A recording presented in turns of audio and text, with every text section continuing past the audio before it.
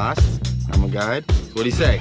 See, I'm something of a big and hard hero. All you have to remember is that everything will be okay. I think the story, as people tell it you, especially in America, is of a superhero.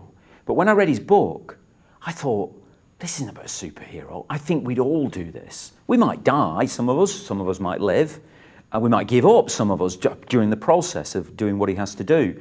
But we'd all do it, because we're all the same, basically.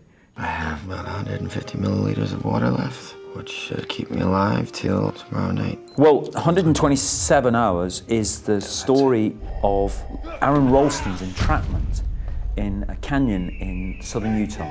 He gets trapped by a rock on his right hand. He is there for 127 hours, for 6 days and 5 nights. And the story is about what happens to him during that time and how he manages to finally extricate himself.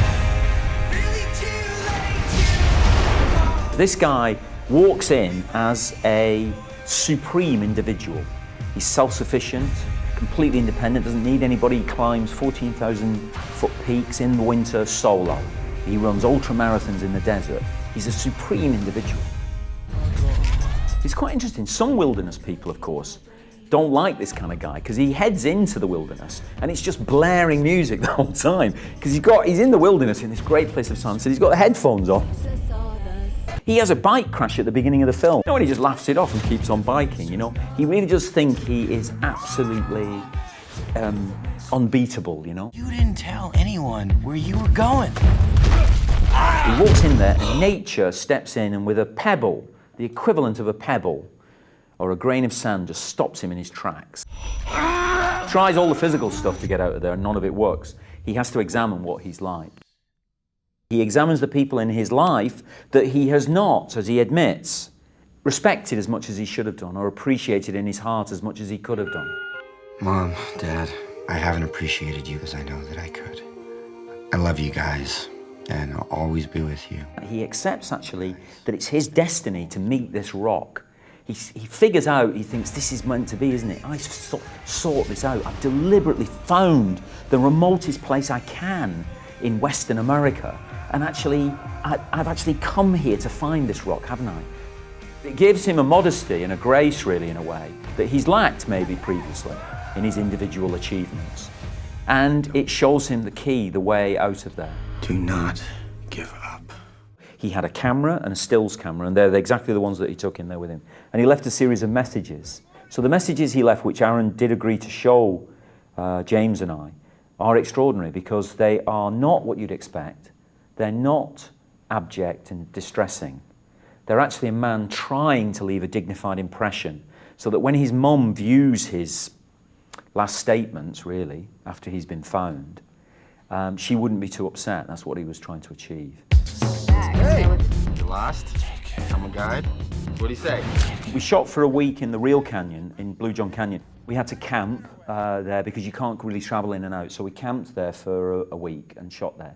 And then we repeated the canyon in a warehouse in Salt Lake City because it's dangerous to film in the real place for all sorts of reasons, not just to do with flash floods when there's one of those in the film that you see, but also to do with crew getting lost when you take 40 people into an area like that. Some EJ wanders off, you know, and meets a snake or something, you know, those kind of probabilities suddenly multiply. So we repeated the exact canyon and its dimensions and also its restrictiveness because we didn't make it a floating set, which they normally do when they build sets. We kept it very, very constrictive so that the style of the film is dictated by how little room there is. It's only possible for one cameraman to be in the spot with him. There was no more room for anybody else to do anything.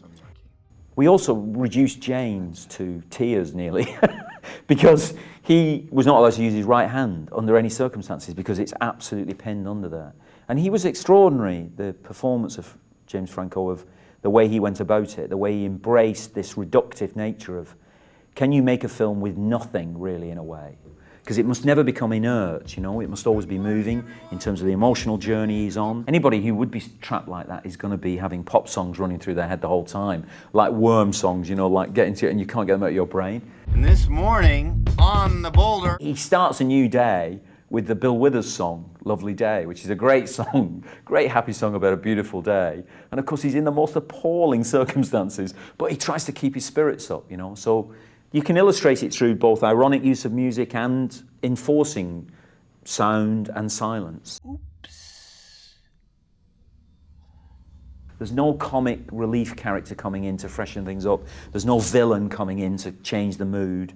He is all those things. You can help him with music and with the rhythm of the editing, but it's up to James, really. And what was extraordinary was, I remember seeing him in Pineapple Express, and that was the film that made me think this is him, because it's the same as De Niro.